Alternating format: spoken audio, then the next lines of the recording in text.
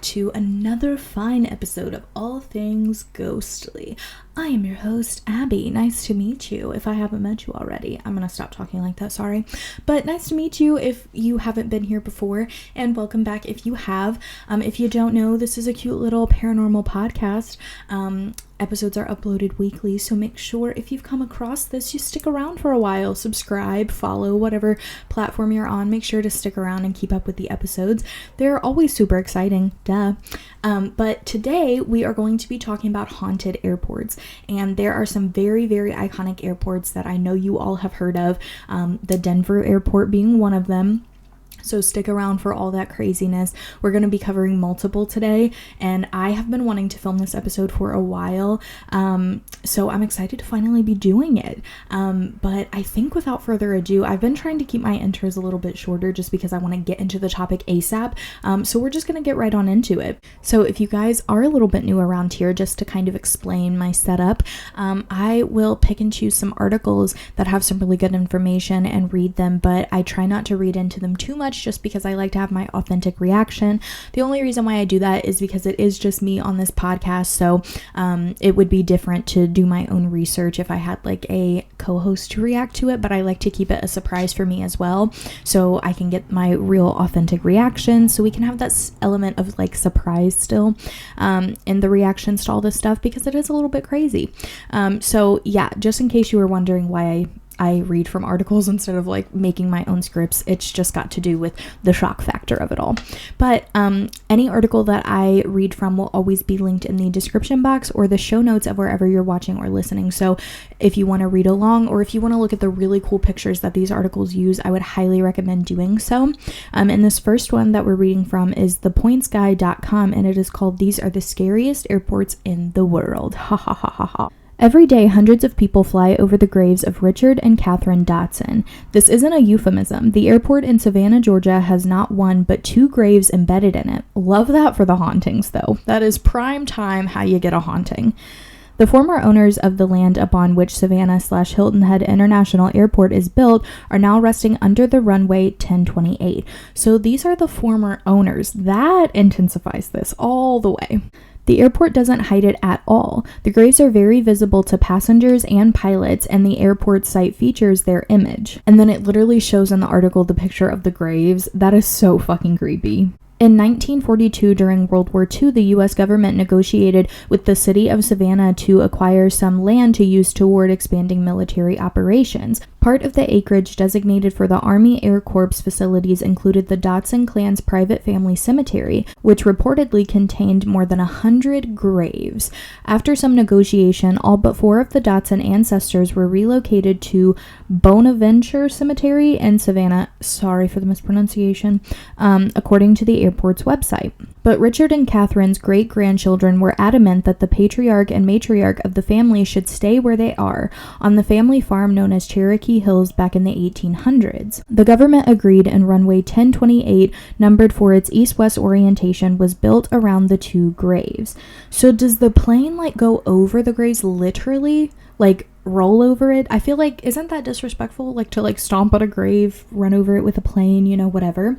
But to each their own. 2 other relatives, Daniel Houston and John Dotson, also remain buried in their original graves just a few feet away, beside the airport's most active runway. Their living descendants are permitted to visit the graves under airport escort, although they cannot leave flowers at the site for safety reasons, which obviously would make sense. And every now and then, when air traffic is slow, controllers have been known to offer pilots the opportunity to taxi by the graves, sometimes even switching to a second frequency for an audio graveyard tour. That is very exciting. The Dotson graves sit toward the edge of the runway and do not directly touch planes taking off or landing. Okay, so that just answered my own question. Richard's tombstone reads, "At rest," while Catherine says, "Gone home to rest," a fitting message for travelers passing overhead. I mean, I guess you could say that, but I almost feel like that would like make me unsettled, because although rare, people still die in plane crashes, so I'm like, is that really a fitting message, or is it a scary message that you might die on this plane. But I guess that also could just be my morbid mind, you know? But urban legend has it that pilots landing into Savannah on runway 1028 near sunset have seen two figures standing toward the north end of the runway. I knew that was coming. Let's be honest, we all knew. And even more mysteriously, an airport executive told the Savannah Morning News that back when the runway was extended during World War II, workers discovered that the markers were the only remaining parts of the graves. The Dotsons' whereabout may be a mystery, but Savannah is far from being the only airport with a haunting history. The most famous is perhaps Denver International Airport, often called one of the most haunted airports in the world, and is similarly constructed on former burial ground belonging to local Native Americans. The airport is also the hub of many conspiracy theories like secret bunkers that house aliens and many more. The one that I know about, it starts to go into it. I was going to say the one I know about is Blue Lucifer. I think it's what it's called, Blue Lucifer. It's the big blue horse statue. The giant blue sculpture of a stallion with piercing red eyes outside the airport contributes to the weirdness, as does the verified fact that it killed its creator in a freak accident in 2006, which is the thing that I very much so strongly know about Denver Airport is that story, because I think that is absolutely wild. Imagine, like, anybody that's listening that's an artist of any kind, or if you have like anything that you work on that's difficult to accomplish. Imagine, like, even building a house, imagine you work your ass off doing this and then it's literally the thing that kills you. Like, it takes you the fuck out. That is so terrible. And again, this person who built this statue, that's like a passion of theirs, is literally like sculpting and probably making statues. So it's like having a passion for something, and it, like, I don't know, it's almost like loving somebody that doesn't love you back. It's giving that energy. In any case, it doesn't take a conspiracy theorist to be weirded out by the gargoyles that watch over travelers collecting bags at baggage claim. And then it shows a little picture of the gargoyles. So again, like I said, I know I said it before, but I would always recommend going to these articles to look at the pictures, because it makes the story so much more intensified to be able to actually see it. People have reported seeing the ghosts of plane crash victims near Chicago O'Hare International Airport, where American Airlines Flight 191 crashed mere minutes after takeoff on May 25th, 1979, killing all on board as a result of engine failure. According to the Aircraft Owners and Pilots Association, residents of a trailer park near the crash site have claimed that apparitions have come to their doors seeking lost luggage. That's so fucking sad. While one young man has allegedly been seen using a payphone. That's such a sad afterlife, to still be looking for your lost luggage. Oh my gosh. That makes me wonder, like, if all ghosts really know that they're dead, because again, if I knew I was dead, I wouldn't be looking for my luggage. I mean, unless it's something really important in there, like a family heirloom or something from like a lost loved one, something like that, I guess I would still be looking for it. But I don't know, it kind of just makes me wonder and like debate with myself if all ghosts really know that they're dead, which is a concept that movies play with all the time, is like, some ghosts in movies, they know that they're dead versus others they don't, and they're like lost at the fact that they're dead. But that's just interesting to me. AOPA has stories to share about many other haunted airports. Ghostly figures have been spotted in, near, or around the Honolulu Airport, Duluth International Airport, Minnesota New Century Air Center Airport, a naval air station located in Olathe, Kansas, I think, that was in operation during World War II, historic Chandler Airport in Fresno, California, and at the Kansas Aviation Museum located in the original pre-World War II terminal of Wichita National Airport. The spirits of World War II pilots live strong in their geekness. I don't know what that is. I'm assuming it's like aviation geekness, anywho, as evidenced by the many mentions of the era. And for sheer geek haunting, I'm so dead. There's no destination scarier than the Davis-Monthan Air Force Base in Arizona, the final resting place for thousands of decommissioned military aircraft. Pilots and patriarchs aren't the only apparitions lurking around airports. Ghosts, they're just like us, milling about aimlessly. Factual. Halfway around the world, airport workers have spotted ghostly passengers deplaning from non-existent aircrafts.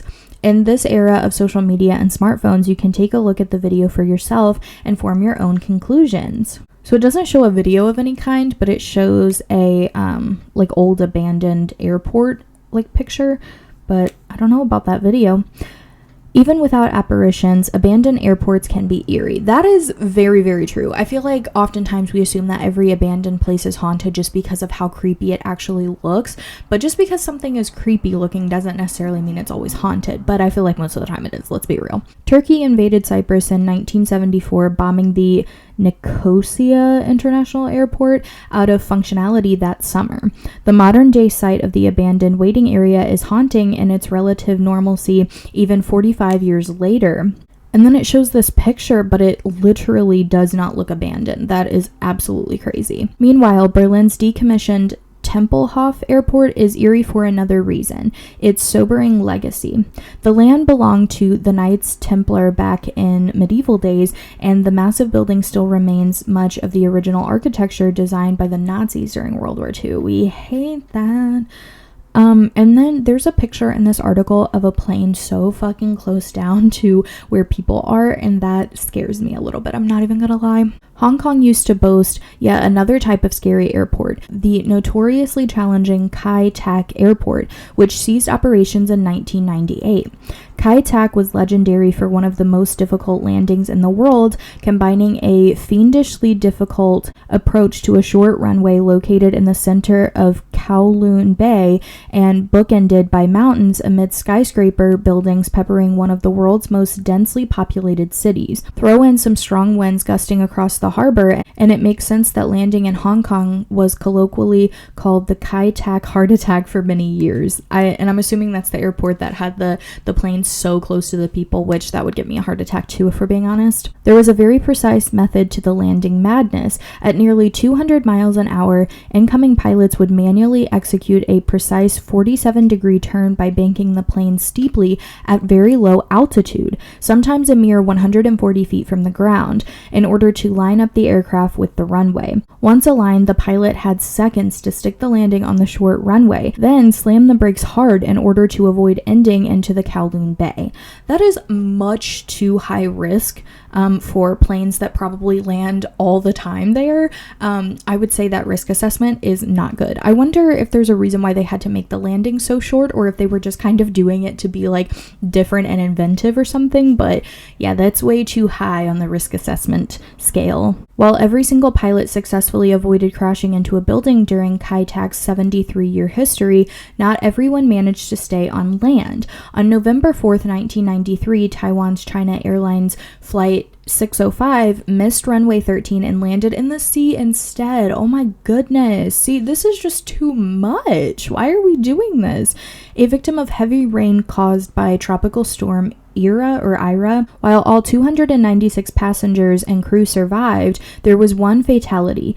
The nearly new Boeing 747-400, which I don't know what that is, maybe it's a plane or something, which had only been in commission for a few weeks at that time. So yeah, I'm assuming it's a plane, the plane that they were probably piloting. But at least everybody survived. Like, if it comes to human life versus a plane, I'm obviously glad that the people survived. Fuck the plane. Finally, we leave you with one closing horror: the worst airports in the United States, according to the TBG's 2019 rankings. I don't know what TPG is, but believe it or not, none of New York's 3 airports made this year's bottom 5. This year, Chicago Midway International Airport took the dubious honors for inconvenience, offering little to no restaurants or amenities for lounge members and regular travelers alike, and for notoriously tardy departure and arrival times. Oh my god, that is scary, but not in a ghostly way.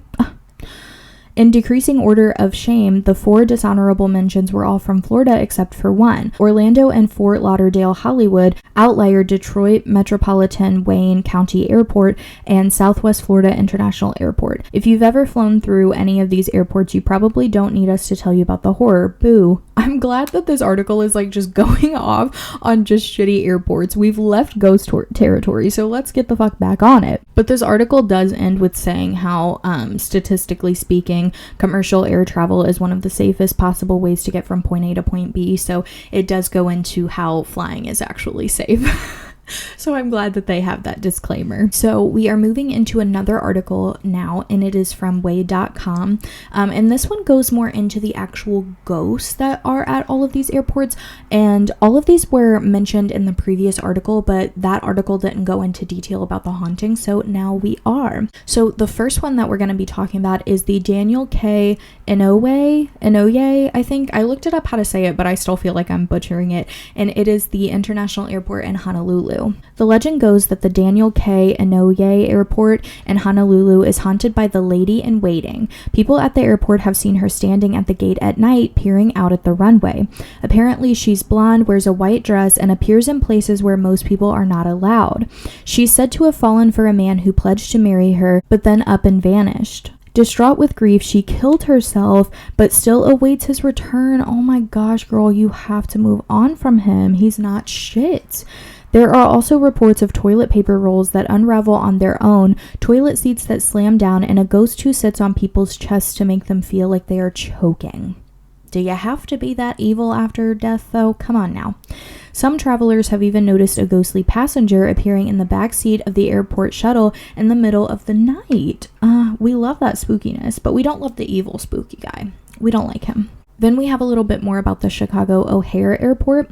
It says, O'Hare Airport seems to be a hotbed of mysteries. Why doesn't O'Hare have a Terminal 4? There's Terminals 1, 2, 3, and 5. Why are the flights at O'Hare always so late? These are the more mundane among them. The hauntings in and around O'Hare Airport do have a slightly more tragic background, though. On May 25th, 1979, American Airlines Flight 191, a DC-10 plane crashed less than a mile from the end of the runway, killing all passengers and crew on board.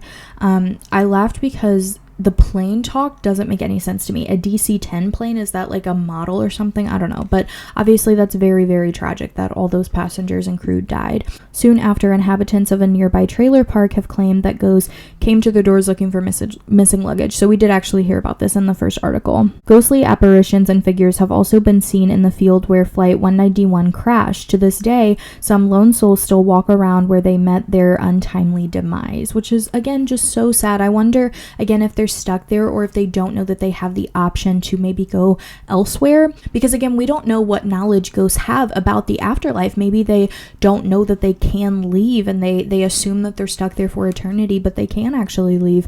I feel like that would be so miserable, though, to be stuck the place that you died, especially, again, so tragically like that. Now we're moving back to the Chandler Airport in Fresno, California.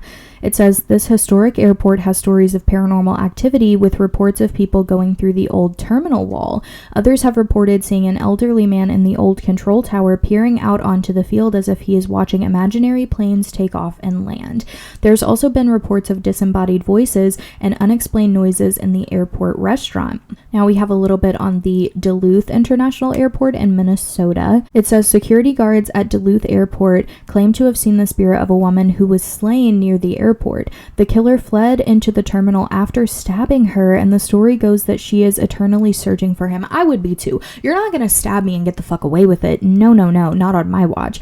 She's been making her presence felt by setting off alarms and making doors open and close on their own. What's really weird about haunted airports is that airports aren't usually what you would associate with hauntings. Far from derelict, they are usually some of the liveliest places on Earth. They're open 24 hours a day, 365 days a year, bustling with people, baggage carousels keep turning, lights never go out, stores rarely close, and 24/7 PA announcements. Which is very true, but again, you don't get to decide where ghosts haunt, and I feel like airports are a good way because maybe they're trying to use the airport as a way to like get the place that they really want to be, you know? I feel like there's multiple reasons, and obviously tragedies still happen at airports. Like again, this woman was stabbed and then her killer ran off into the terminal, so that would make perfect sense to me as to why she haunts there. Okay, so we're going to read from one more article, and it is India.com, and it's called Most Haunted Bengaluru, I believe it's called. International Airport has a ghost of its own. So we haven't heard about this one yet, so I thought it'd be fun to throw in there. It says a woman in white sari has been spotted a number of times roaming around the airport at night.